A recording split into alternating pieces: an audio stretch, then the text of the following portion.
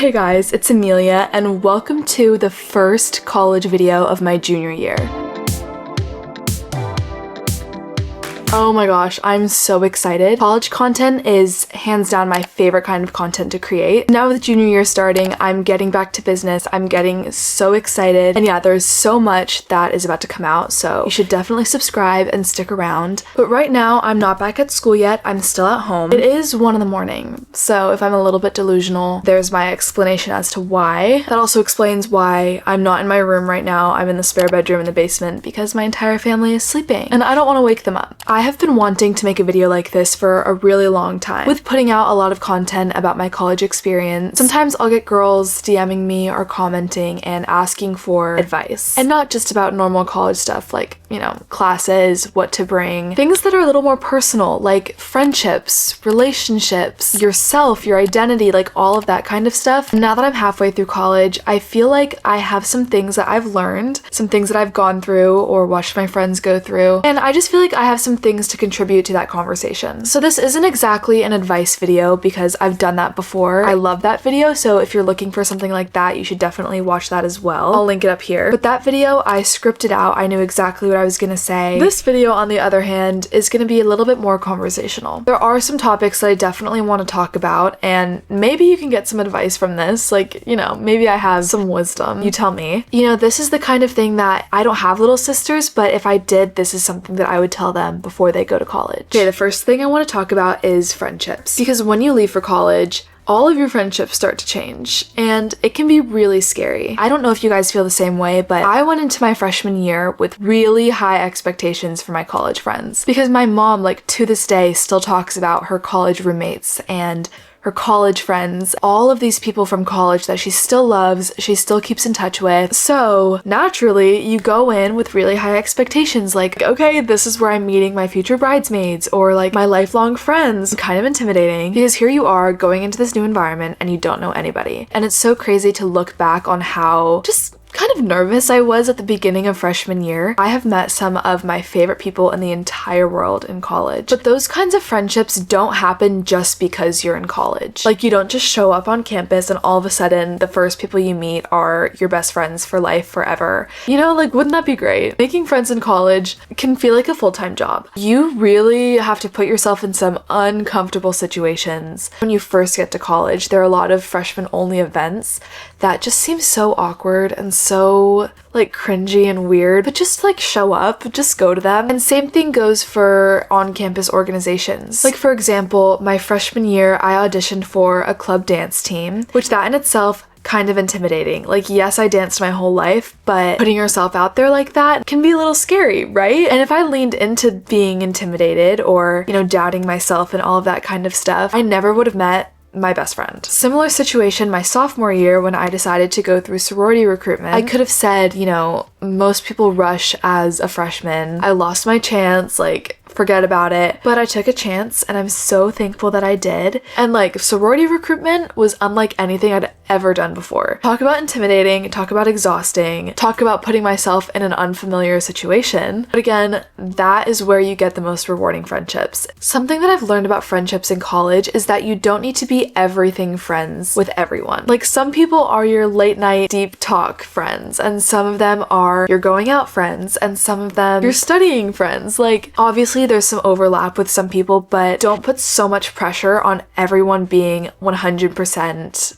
everything that you need in a friend. I think it's a good thing to have different people for different situations. And also that kind of goes along with like diversifying your friend groups. For example, if you're in a sorority, make sure you have friends outside of your sorority, or if you're in a club, make sure you have friends outside of your club. Because if that area of your life starts to get stressful, it can be so beneficial to have other circles to lean on as well. And also it's important to have like different perspectives and different life experiences around you. So that's kind of about making friends, but not all friendships last, and that is a hard truth that I've had to come to terms with since coming to college. Friendship breakups are real and they hurt. Honestly, similarly to a real breakup. It's okay to walk away from a friendship. And just because that friendship ends doesn't mean that what you had wasn't you know, fun and that there were great moments and everything. There are different people in your life for different phases and different purposes. But sometimes people serve their purpose in your life and then you move on to the next phase and you take the lessons that you've learned, but not necessarily the people. And that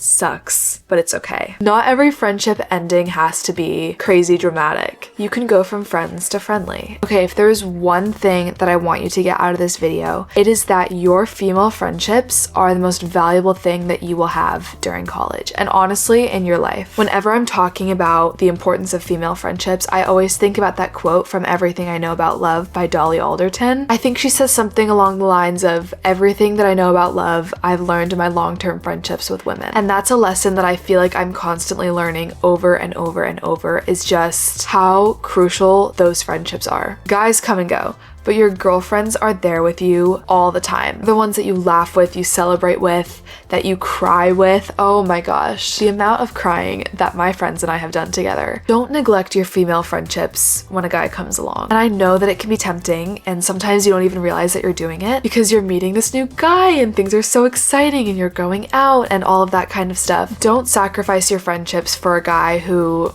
might not be here a year from now, because, you know, if things don't work out with this guy, you're gonna want to have your friends to lean on. So you have to foster those friendships while you're in a relationship. Oh my gosh, I'm gonna get on my soapbox, but I heard this quote that says, run as fast as you can towards your goals, and if someone can keep up, introduce yourself. That is the kind of mindset that I think is the most beneficial when it comes to having a relationship, because the wrong relationship can really set you back and make you question your value or your worth, or take you away from things that you're meant to do. So don't ever lower your standards. Like, the non-negotiables should be that for a reason. I'm sure you've heard people say, like, you know, if you keep your standards that high, you're never gonna have a boyfriend. Like, okay, maybe the goal is a good relationship, not just to have a relationship. So if my standards are the thing that are preventing me from being in one, that's protection. But also, don't be afraid to say yes to dates and yes to like going out and meeting people, because there's no pressure in the first couple dates. Like, it's fun. Dating should be fun. It can be so good to put yourself out there and just like see what you like, see what you don't like. You learn a lot about yourself from going on dates, so highly recommend. Okay, the last thing that I want to talk about is faith, because I'm Christian, I'm Catholic, like that really inspires the way that I live my life. And most of the DMs that I get from girls asking for college advice are about staying true to your faith in college, or asking if it's hard to be Christian in Greek life, or hard being Christian going to a party school, or you know, things along those lines. And I was worried about that too, honestly. Going into my freshman year of college, one of my main personal goals was to really figure out what I believe. Like, I was really taking my faith into my own hands, not just because it's what I grew up with. I wanted to really pin down what I believe, why I believe it. Yeah, just really make it my own. And college is the perfect time for that, because you're leaving your family for the first time probably, and you have a choice, right? Like, no one's forcing you to go to church. You get to choose to do that on your own, or choose to not go. I want to talk about first the two fears that people usually come to me with. And this doesn't only have to pertain to religion, like this can be just any personal values or morals that you have. But in college, you're gonna have situations where your values aren't the majority. But honestly, I think those kinds of situations are the best gauge of your values and what you truly believe. For example, it can be so easy to go to church every Sunday if that's what your roommate does, or to do Bible studies if everyone in your house does a Bible study. But what do you do when that's not the case? For example, like maybe you're in a sorority and that's not the popular thing to do. Another example is I was studying abroad in London and I was really pulled away from a lot of the community that I had back at JMU, and I was deciding for myself, like, I want to go to church even though I'm gonna go alone in a foreign country and all of that kind of stuff, but I did, and I'm so happy that I did, because it made me realize what I prioritize. It's just all about prioritizing what you believe over what people think of you, because if people judge you for it, they're not your people. Like, I would never judge someone for not going to church, so I'd also expect them to not judge me for wanting to go. You know what I mean? So I firmly believe that you should be in spaces that challenge your beliefs, but it's also important to have community. I'm in 2 Bible studies at school, and oh my gosh, it is just the best thing ever to have those groups that I can come back to talk about life and to talk about what we believe and how to best live it out. Those friendships that I've made there are just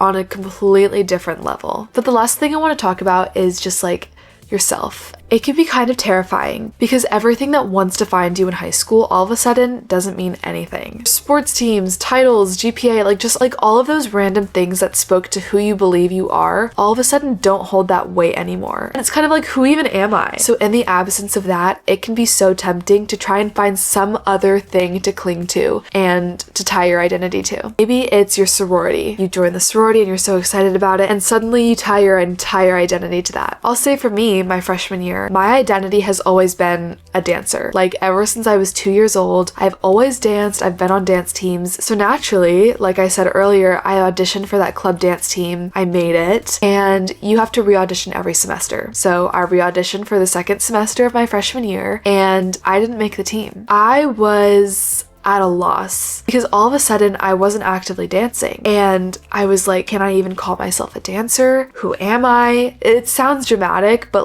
this is genuinely how I was feeling because I tied my identity and a lot of my self-worth to being on that team. So that is kind of a dangerous spot to be in. All of those superficial things do not define you. Whether it's an organization you're a part of, your popularity, followers, how you look, your worth comes from something eternal and cannot be defined by anything like that. So don't get caught up in tying your value to that because you're so much more than that, I promise. There's so many other things that I want to talk about, but I feel like this was kind of a good introduction about relationships with other people and yourself in college. Maybe I can do a part 2 at some point and we can talk about other college things. Clearly, I have a lot to say. I am so excited to share my junior year with you guys. And if this is the first time you're seeing me, I vlogged the entirety of my freshman year, my sophomore year, including my semester abroad. So I will link everything down below, and you should definitely subscribe to see the rest of my college experience because somehow we're halfway through. And I don't know how I feel about that. So we're just not gonna talk about that yet. It is currently 2 in the morning. I need to go to bed, and I will see you guys in the next video very soon. We will be back at JMU, and I am so excited. So see you later. Love you a lot.